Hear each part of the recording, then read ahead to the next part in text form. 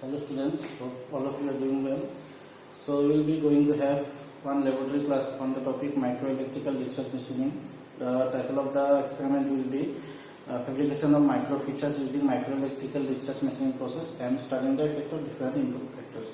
So I will quickly explain the basic mechanism of the process and different process parameters for your better understanding. So first of all, what is electrical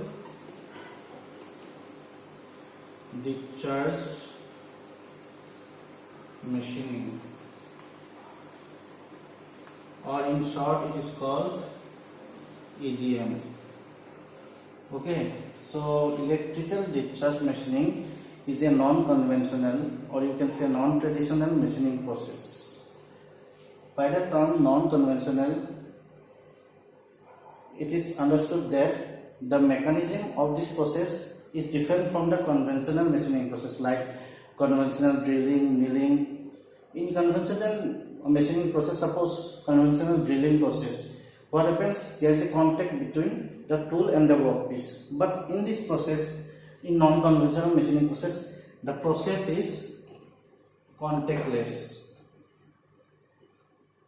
This is the main benefit of this process. Due to this contactless nature, this process can machine any kind of electrical conductive material.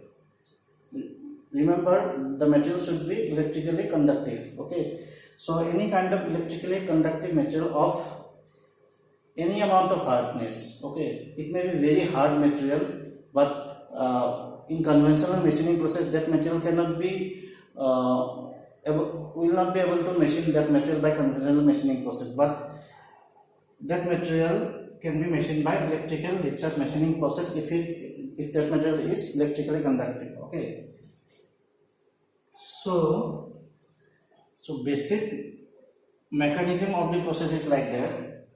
There are two electrodes. Okay, this is the electrode, one electrode that is in the form of a tool, and this is another electrode, this is workpiece. Okay, so both are connected to a power supply. Both are connected to a power supply. This is the chamber. One chamber is there. There will be one fluid which is called dielectric. So dielectric is very much essential for this process. The property of the dielectric is that up to a certain voltage, which is called the threshold voltage, it will act as an insulating medium, and after crossing that voltage, it will act as conductive medium. Okay, so when power is supplied, the spark will be generated here. Okay, electrical spark will be generated here due to the flowing of current. When the spark is generated, there will be intense amount of heat will be produced due to the discharge energy. So the temperature available at the moment will be in the range of 10,000 to 12,000 degrees centigrade. So due to that high temperature, the higher amount of heat will melt and vaporize the material from the workpiece as well as the tool also, but the material removal will be more in case of the workpiece if we use the straight polarity. Straight polarity means workpiece will be positive and tool will be connected to the negative terminal. So this is the basic mechanism. So in our study, we are using micro electrical discharge machining, or in short micro EDM. So the mechanism is same as the electrical discharge machining, only difference is the word micro. So what is the meaning of that micro? So here the energy involved and the tool size both should be in micron level. Okay, so what is micron level? So the tool size should be less than or equal to 1000 micron, okay, or 1 mm. Then only we can call it a microelectrical discharge machining process. So now come to different input parameters involved in this process. The first important parameters is the voltage. So the range of voltage in our machine is 0 to 200 volt. So voltage is the main driving factor in this process, because due to the voltage, spark will be generated, heat will be produced, and material will be removed. Okay. So if we change the voltage, the material removal, the rate of material removal will also be changed. The second parameter is the capacitance. The basic definition of capacitance, as we know, that it is the ability of the system to store electrical energy. Okay, so here in our machine we have 4 different level of capacitance: 0, 1, 2, 3,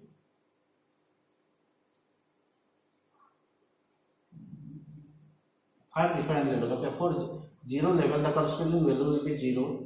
For level 1 the corresponding value will be 33 picofarad. Level 2 it will be 100 picofarad. Level 3 this is 1000 picofarad. Level 4 it is 10,000 picofarad. So if we change the capacitance, then also the rate of material removal will be changed, because capacitance is directly related to the discharge energy. Discharge energy is equal to half C V square. Here C is the capacitance, V is the voltage. Okay. So next parameters are pulse on time. So we can use pulse on time in our machine 0 to 100 microsecond. So what is pulse on time? Pulse on time is the amount of time duration when the sparking process will continue. Okay, so during this process the machining will be done, the material will be removed. That is the time, pulse on time. Next is the pulse of time.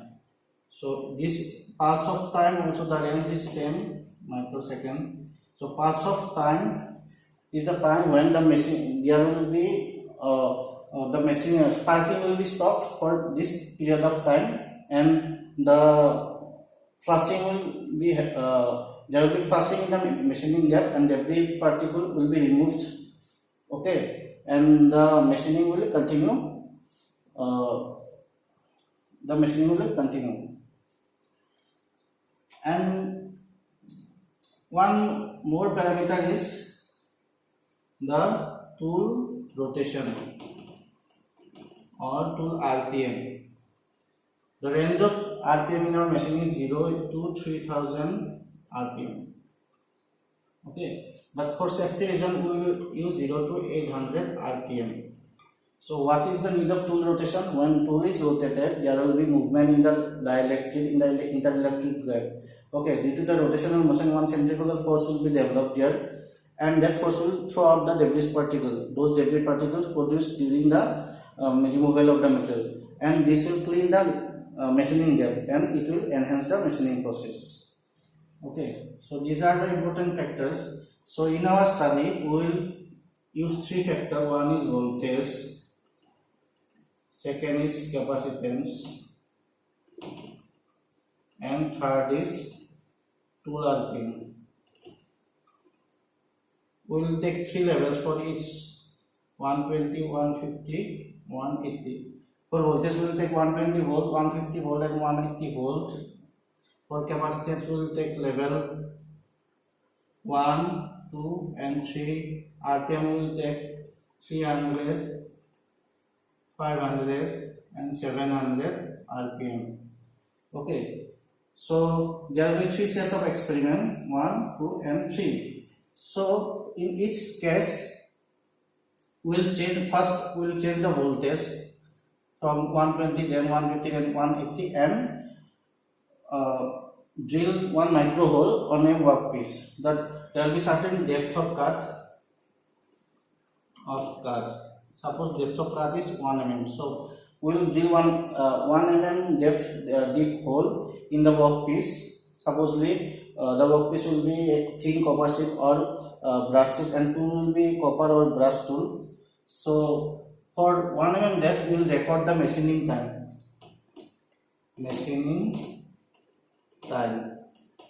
Okay.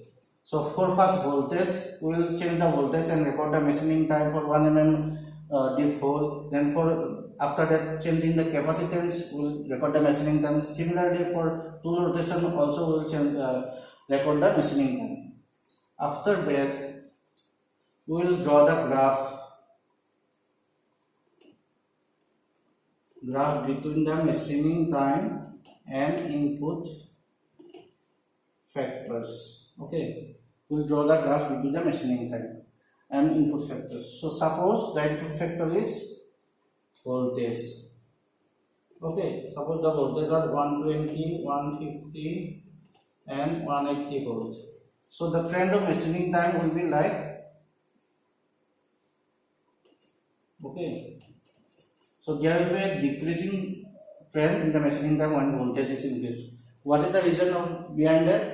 Because when the voltage, as I explained earlier, when the voltage will increase, the discharge energy also will increase. Okay, because discharge energy is equal to half CV square. Okay, so increasing the voltage, the discharge energy will increase, simultaneously heat will be increased, and then more amount of material will be removed. So for a particular depth of cut, we will require less amount of time when the voltage is high than the time required when the voltage is low. So for voltage, the trend will be like decreasing trend in machining time. Similarly, we need to draw the graphs for other 2 parameters, the capacitance and tool rotational speed. Okay. So this is the basic explanation of your experiment. And after doing the experiments, you need to in the conclusion part, you need to explain the observed results by correlating them with the theory and principle of the electrical discharge machining and also material science. Okay, like why machining time is decreased when voltage is increased, or why machining time is changing with the capacitance and tool rotational speed. All these things you need to explain in the conclusion part. And in the observation table, you need to make one table like this. Okay.